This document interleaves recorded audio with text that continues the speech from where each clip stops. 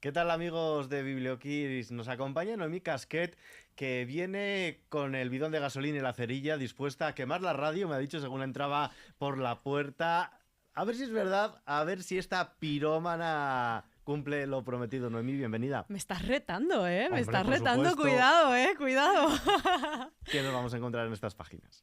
Pues realmente mucha piromancia que creo que es necesaria. Específicamente es un manual del fuego que trata 4 bloques específicos: en la identidad, el poder, el placer y el amor. La identidad, que tiene que ver con quemar esa máscara, ¿no? Esa falsa performance que tenemos en muchas ocasiones las mujeres, y encontrar nuestra propia identidad, quiénes somos en realidad. El poder, que tiene que ver con un poder capitalista, la necesidad de una insurrección femenina dentro de toda la revolución del dinero. Y por otro lado también el tema del síndrome de la impostora, los techos de cemento, todas estas cuestiones que nos atañen muchísimo a nosotras. El placer, que va más allá del placer sexual, pese a que obviamente es mi especialidad y también hablo sobre este tema, pero hablo de un placer, de cómo a las mujeres se nos ha limitado el placer, pues, del ocio, del descanso, del comer tranquilamente, y cómo recuperar este placer con la vida. Y finalmente el amor, donde carbonizamos relaciones tóxicas, dinámicas tóxicas, para que nos lleven a ese amor propio y a ponernos en primer lugar, porque se nos olvida que somos la relación que nos va a durar el resto de nuestra vida. La relación más importante somos nosotras y nosotros con nosotras y nosotros mismos, y eso es algo que tenemos que recordarlo. Ahora iremos desgranando poquito a poco esto que me estás resumiendo de pasada, pero antes vamos a aclarar, es una guía, un libro destinado al público femenino, Ujú. pero el hombre que lea estas páginas, ¿qué va a aprender? Bueno, pues mira, no está en arameo antiguo, las mujeres no hablamos en un idioma distinto, ¿no? En ese sentido es Sí. importante. Entonces, pues creo que va a aprender de un universo que en muchas ocasiones se tiene como muy alejado y en mucho desinterés. Creo que hay un desinterés por parte de los hombres en conocer el universo que nos atañe a las mujeres, más allá de satisfacer el deseo propio. Entonces, es necesario, porque aunque hablo de aspectos que rigen y que nos interpelan a nosotras las mujeres, pero hablo de otros que interpelan a todos los seres humanos. Y si eres un hombre, en principio eres un ser humano. En principio, Sí. porque también hay una parte importante del libro que es la autoobservación consciente. Ujú. Antes de afrontarnos con este palabra que voy a decir, pero esto, Ujú. ¿esto qué es? Resúmemelo, ¿en qué consiste? Pues mira, justo hablo de la autoobservación consciente utilizando una frase de Margaret Atwood, que entre otras cosas es la novelista del Cuento de la criada. Mm. Entonces, Margaret Atwood comenta que todas las mujeres tenemos un hombre Boyer en nuestra cabeza, ¿no? Vive un hombre Boyer en nuestra cabeza, y de algún modo el cómo nosotras nos relacionamos con nuestros propios pensamientos y nuestra propia esencia es desde esa palabra, desde esa voz, desde ese personaje invisible que el sistema de algún modo nos ha metido. Y ahí es cuando entra la autoobservación consciente, es decir, lo que estoy pensando es realmente fruto de mis pensamientos o fruto de ese sistema o lo que yo debería estar pensando en este momento. Ponerle conciencia a nuestros pensamientos nos hace un nivel de algún modo extra conciencia, ¿sabes? Como Sí. darte cuenta de que te das cuenta, ¿no? Es como una conciencia más elevada. Mirarte a ti mismo desde el exterior. Sí, exacto. Y mirarte a ti mismo como ser pensante desde el exterior, que esto es muy interesante. ¿Qué estoy pensando y por qué lo estoy pensando? ¿Y por qué en este momento? ¿Y hacia dónde me lleva? ¿Para qué? Entonces, esta es la autoobservación consciente. ¿Es lo mismo que el autoconocimiento o la autoobservación consciente es el mecanismo o la herramienta para autoconocernos? Creo que es la herramienta para autoconocernos. Primero nos autoobservamos, nos vemos desde arriba, y una vez nos vamos viendo, cuando ya vamos viendo distintos patrones, distintas creencias, distintos mecanismos de pensamiento y caminos de pensamiento, que no sé si os pasa, pero a mí me pasa mucho que yo tengo mis bucles conocidos, ¿no? Que de repente entro en el bucle obsesivo y venga, taca, taca, taca, y no salgo de ahí. Pues esos bucles... Cuando te montas una película sin Sí, presupuesto. para el Goya, de cine Mm. independiente, sinceramente. Pues entonces, en ese sentido, cuando entramos en esos bucles de pensamiento, es primero es importante darnos cuenta de esta autoobservación para después conocer esos bucles, conocer los patrones, conocer cómo funcionan, y a partir de ahí, pues obviamente poder hacer algo con ellos. Buscar la salida. Efectivamente, a ser posible. Claro. Y esto lo hacemos también a través de una serie de ejercicios prácticos que nos propones en estas páginas. Para tomar nota, coger cuaderno, boli y hacer estos ejercicios, no vamos a abordar todos, porque para eso tenemos que leernos el libro, pero no sé si me puedes destacar, por ejemplo, uno y comentármelo un poquito. Pues uno de los primeros ejercicios que hay en Pirómanas, hay muchísimos para hacer efectivamente con papel y boli. Uno de los primeros ejercicios es el del ser y el hacer, y esto nos interpela específicamente a las mujeres también, porque a nosotras los verbos ser y hacer se ha fragmentado. Hay mucha fragmentación dentro de ciertos verbos y ciertas acciones en las mujeres, pero por ejemplo, si conocemos a un hombre de más de 40, imagínate, o casi 50, que de repente va a una tienda de cromos y compra unos cromos, el hacer es un hombre que compra unos cromos y el ser es un friki de los cromos, punto, no hay más, ¿no? Si es una mujer de más de 40, ¿no? Casi 50, que va a una tienda de cromos y compra cromos, ahí el hacer es una mujer que está comprando cromos y el ser ya cambia la cosa, ¿no? Porque ante la mujer ya sería como, es un poco inmadura para su edad, que hace sola comprando cromos, hombre, a sus 40 años, ¿qué pasa? Que se quedó con las ganas de ser madre y ahora está comprando cromos, entonces nuestra neutralidad no existe en el caso de las mujeres. Y hay un ejercicio que es básicamente hacer 2 columnas del yo soy y yo hago, para entender cómo en muchas ocasiones, si tú, por ejemplo, eres una persona creativa, ¿cómo haces de persona creativa? ¿Cómo lo llevas? Y darte cuenta de las incongruencias que también tenemos en nuestra vida y de, si es posible, cambiarlas hacia tu favor y hacia que el ser y el hacer estén en conexión. Y además pones a las lectoras deberes al final o principios de mes cuando reciban la nómina, y es aplicar la técnica del 10-10. ¿En qué consiste? Sí, sé que a día de hoy a lo mejor me comen porque desgraciadamente los sueldos no están para aplicar ciertas técnicas de ahorro, pero creo que es muy necesario. Entonces la técnica del 10-10 es una técnica básicamente de finanzas para ahorrar. Y es una técnica que cada vez que llega nuestro sueldo, si es posible, debemos poner en una cuenta de ahorro un 10% de ese sueldo y en otra cuenta otro 10% para el placer y para el ocio. Porque en muchas ocasiones se nos ha puesto en nuestra cabeza que tenemos que ahorrar, pero ahorrar no es divertido porque nos estamos quitando de dinero, ¿no?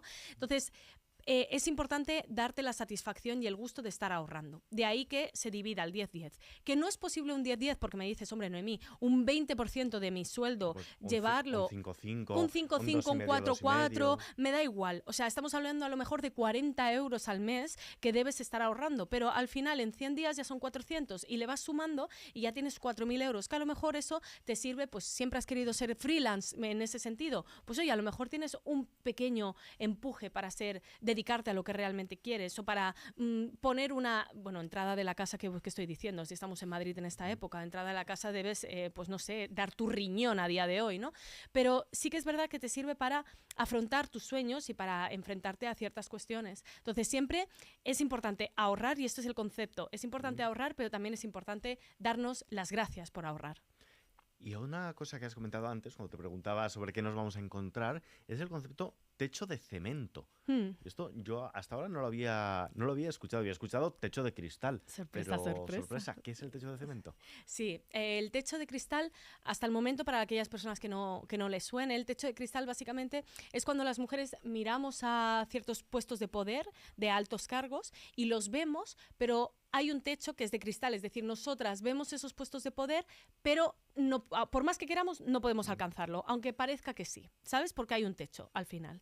¿Qué pasa? El techo de cemento es un nuevo concepto que viene por 2 vertientes. El primer punto es por el famoso síndrome de la impostora que tenemos la gran mayoría de las mujeres, en las que nos creemos que somos incapaces o insuficientes. Por lo tanto, cuando miramos el techo ya ni tan siquiera vemos esos puestos de poder. El techo es de cemento, ya no es transparente, porque en ese sentido ya decimos, es que ni soy capaz de mirarlo ahí. O sea, esto para mí no existe.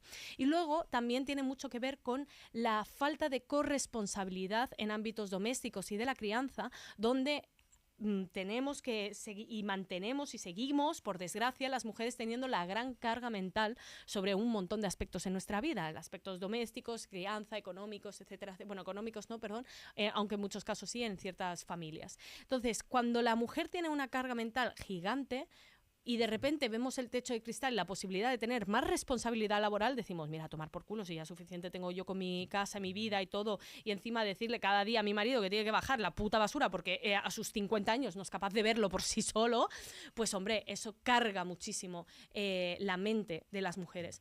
Así que al final creamos esa estructura por el síndrome de la impostora y también obviamente porque pues la corresponsabilidad no es algo que reine a día de hoy. Y de repente vamos y conocemos a un hombre, a un chico, y es un príncipe violeta. Efectivamente, cariño, que sorpresas te da la vida te da sorpresas, sí. Efectivamente, ahora entra otro nuevo perfil que, bueno, creo que a las mujeres nos han advertido mucho de los príncipes azules, cuidado con los príncipes azules, está todo ese discurso muy interiorizado y deconstruido, pero cuidado también con los príncipes violetas, que creo que hay otro nuevo príncipe que tenemos que estar atentas porque crean al final espacios de confianza, crean espacios donde bajamos la guardia y se siguen manteniendo técnicas de manipulación y lo peor es que usan en muchas ocasiones el feminismo para ello. Entonces, tanto en el libro también como yo en mi día a día también hago mucha reivindicación por cuestiones personales. Creo que es súper importante ser conscientes de los perfiles que podemos bajar la guardia y no son de tanta confianza. Y de ahí nacen los príncipes violetas, los grandes aliados feministas que a día de hoy estamos viendo que distan mucho de la realidad. ¿Y cómo identificamos la luz de gas? Pues, qué difícil, porque a mí me costó mucho identificarla y a día de hoy todavía sigo en ello. Yo recibí luz de gas con mi anterior relación y una de las cosas que a mí me validó mucho mi luz de gas fue que yo tenía escritos. Justo dio la casualidad que estaba con una psicóloga haciendo terapia en ese momento y me dijo, bueno, pues para hacer como una catarsis mental, ve anotando cada día durante una semana aquello que te vaya viniendo a la mente. Entonces, bueno, yo empecé a escribir y de ahí a día de hoy puedo leer esos escritos y dije, wow, la manipulación que estaba teniendo era muy fuerte y muy heavy. Entonces, creo que la luz de gas la podemos identificar tanto escribiendo como grabando, como anotando cuestiones, porque al final es una distorsión de nuestra realidad. Es decir, la persona nos manipula para distorsionar la realidad, que empecemos a desconfiar de nosotras mismas o de nosotros mismos y que por lo tanto empecemos a depender más de la otra persona, porque claro, tú no tienes memoria, eres un exagerado, lo malinterpretas todo, esto no ha pasado así, por más que tú jures y perjures que ha pasado así. Eso es una mierda, porque...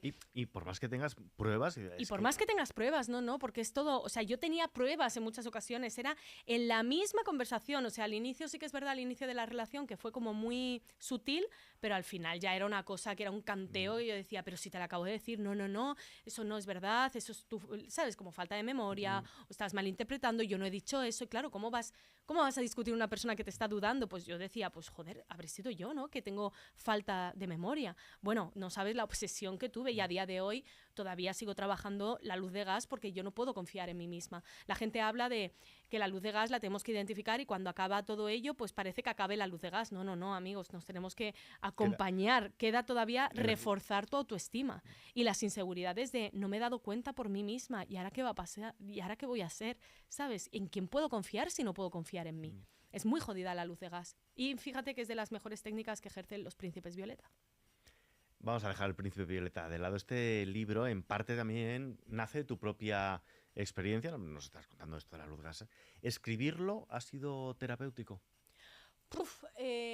Ha vivido muchas fases este libro. Realmente iba a ser un libro al inicio como una no sé... teorizar absolutamente sobre feminismo. Después dije, es que esto no es lo que tengo en mi cabeza, necesito algo más práctico. Y por otro lado, después pasé toda la ruptura con mi ex y ahí fue, pues claro, una vomitona, imagínate, con todo el fuego que llevaba. Después he filtrado mucho todo esto y al final nada más he dejado una frase hablando específicamente de lo que pasó y por qué yo estaba con ese fuego. Pero ya está, es una frase poderosa pero sencilla. Y a partir de ahí nació Pirómanas. ¿Fue terapéutico?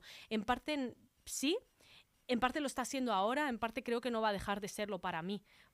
porque hay mucha verdad de mí misma y le estoy llevando un poco mal eso, porque estoy súper cagada, o sea, estaba ahí llorando ayer diciendo no quiero que salga, porque me siento súper vulnerable con este libro.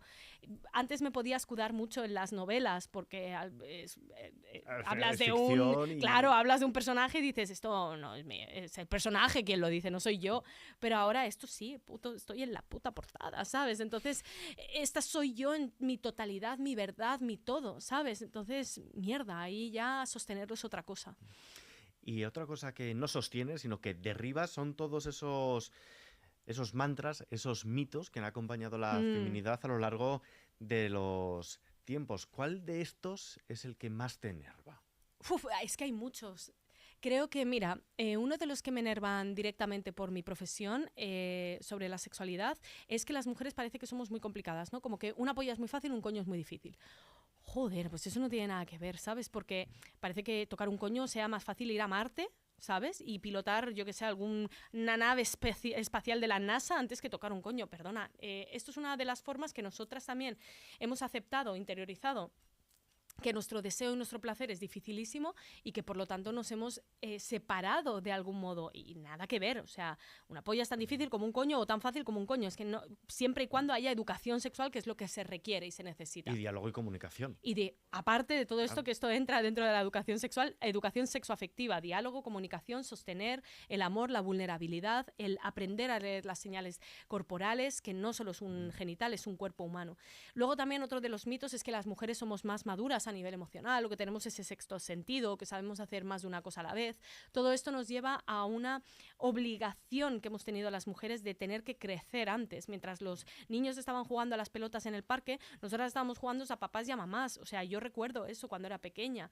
Y sí, obviamente podía jugar a la pelota, bueno, en parte, ¿sabes? Porque soy una niña, ¿no? Y juego como una niña, ya no mola tanto.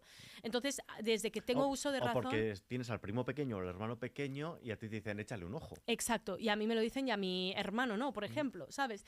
Entonces, al final tenemos ese prisma en el cual nosotras ya desde que somos pequeñas se nos está exigiendo una madurez emocional, se nos exige crecer mucho antes y por eso, bueno, claro, es que las mujeres maduran antes, no, es que se nos exige antes. En el libro hablas del placer, pero no solamente del placer sexual, sino el placer de disfrutar del ocio, del autocuidado, de darte un homenaje gastronómico. Esto, ¿por qué está tan vedado también? Bueno, en general tenemos una sociedad en la que los placeres están más vetados que el dolor. Esto viene por una base judio-cristiana en el cual nos han repetido una y otra vez a través de la religión que tenemos que sacrificarnos para después llevar el paraíso. Pero, coño, yo siempre digo lo mismo. Pues Dios me hizo, si me hizo a su imagen y semejanza, mira que con 2 manitas llegó a mi clítoris. Algo hizo mal entonces si no quería que me tocara. Entonces el placer es algo innato en el ser humano, ya sea el placer sexual, porque spoiler, venimos del sexo, o sorpresa, como el placer de comer. En el caso de las mujeres, todos estos placeres no son neutrales, porque a nosotras si nos estamos comiendo una hamburguesa o depende de lo que estemos comiendo, van a decir o estamos comiendo demasiado o estamos comiendo demasiado poco. Las mujeres nos pasa algo muy curioso y es que si estamos tranquilas en nuestra casa viendo Instagram ahí con nuestro coño en el sofá y viene alguien, de repente ya tenemos que empezar a hacer un montón de cosas, ¿no? Siempre estamos hiperproduciendo. Incluso cuando estamos malas, no nos damos el permiso de estar quietas y estar malas. Después el placer del ocio. Si has bebido y te violan es porque, claro, era culpa tuya, estabas borracha, ¿no? Y luego, por otro lado, si eres madre y sales de fiesta, Dios mío, ¿con quién has dejado a tu hijo? No te mereces ya, adiós al placer del ocio. Y el placer sexual, y ni qué decir, entre todos estos siglos de que al final hemos estado totalmente sometidas al deseo de otras personas que ni tan siquiera sabemos lo que nos da placer a nosotras y lo que queremos en el sexo. Por lo tanto, todo lo que son los placeres, en nuestro caso, están muy alejados de la realidad y es un motivo de insurrección femenina. Y también pones en valor, pones en alza, porque, como has dicho, venimos de una educación judio-cristiana, monoteísta, un Dios hombre. Hizo al hombre a su imagen y semejanza y luego de una costilla nació una mujer. Pero claro, a lo largo de todos los siglos de historia ha habido muchas diosas. Tenemos pues a la hinduista Kali, la egipcia Sekhmet, la mesopotámica Inanna. También las pones en valor en este libro. Creo que es muy importante reconstruir la historia. Porque la historia al final está regida por un prisma y es un prisma de un hombre conservador, blanco, heterosexual, ¿no? Que accedía a esos puestos dentro de la arqueología, que eran los primeros que estaban en esas, ¿no?, descubrimientos como tal, y que por lo tanto son los que han contado la historia. ¿Significa que esa es la historia verídica? No, significa que es la historia desde una perspectiva de un ser. Entonces, ¿qué pasa? Y ese ser no es neutral tampoco. Entonces, lo que has comentado de que Dios nos hizo a su imagen y semejanza, esto es curioso porque no viene de Adán y Eva. Viene antes, Dios creó a Adán y a Lilith, que es una de las figuras más silenciadas en nuestra religión judío-cristiana, ¿no?, en nuestra sociedad. Lilith era la primera mujer de Adán. Entonces, cuando Lilith era una mujer que era como, bueno, puro fuego, ¿sabes? A Lilith no le tocabas el coño tú mucho. Entonces dijeron, nos vamos a cargar a Lilith, quien escribiera la Biblia, ¿sabes? Dijo, yo creo que Lilith nos hemos pasado aquí un poco, nos la vamos a cargar y ahora vamos a decir que Dios ya coge a Adán y le hace otra mujer y encima la culpa de todo, ¿de quién es? De las mujeres. Bueno, finjamos asombro entonces. Entonces, al final va un poco por ahí. La historia debe ser reconstruida, sobre todo nuestra historia, debe ser reconstruida desde otro lugar. Y a la vista está, gracias a que hay cada vez más arqueólogas que están cuestionando la historia y están relatando y narrando la historia desde otro lugar, nos estamos dando cuenta que las mujeres teníamos puestos de poder en antiguas civilizaciones. Y que las mujeres no erais o no sois enemigas de otras mujeres. Y que las mujeres no somos enemigas de otras mujeres, y esto es lo más importante. ¿Cuántas veces hemos dicho, no, el peor enemigo de una mujer es otra mujer? Hombre, pues no, cariño, no sé, ¿sabes? Para mí el peor enemigo de otra mujer es el puto machismo que existe en esta sociedad, ¿no? Otra mujer que está igual de oprimida que yo. O sea, por favor, no me jodas, ¿sabes? Entonces creo que es importante el darnos cuenta que no tenemos que ser compañeras en todo esto. Y una cosa que me gusta, que me llama la atención para bien, por supuesto, cuando hablas del romanticismo, es que esto no tiene solo que darse con tu pareja. Por favor. Y gracias. Por favor y gracias. Es que creo que el amor también está reñido ante un romanticismo que únicamente parece que tiene una forma, y es una relación monógama en pareja de X más Y. Entonces, coño, yo soy súper romántica con mis amigas, a mí me encanta regalarles flores, irme de citas con ellas, de hecho me voy a casar con mi mejor amiga, me voy a casar, que la gente dirá, ay, pero ¿os coméis los coños? No nos casamos a nivel legal, nos casamos a nivel de celebración de la amistad. ¿Por qué me tengo que casar entonces con una persona con quien quiero formar una familia o quiero tener una relación romántica y no me puedo casar con las amigas que han estado ahí desde el primer momento? Así que por favor, vivan las amigas y celebremos también el romanticismo entre nosotras y contigo misma y contigo mismo, que es súper importante.